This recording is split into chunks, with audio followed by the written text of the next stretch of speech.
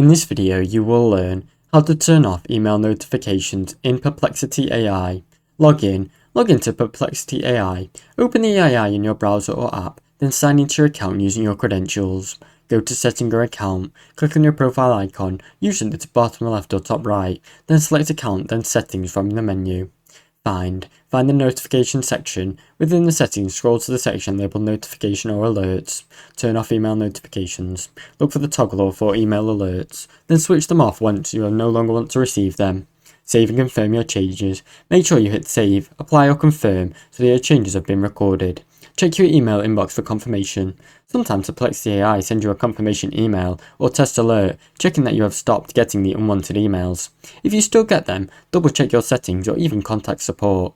Now you know how to turn off email notifications in Perplexity AI. Thanks for watching. Don't forget to like and subscribe.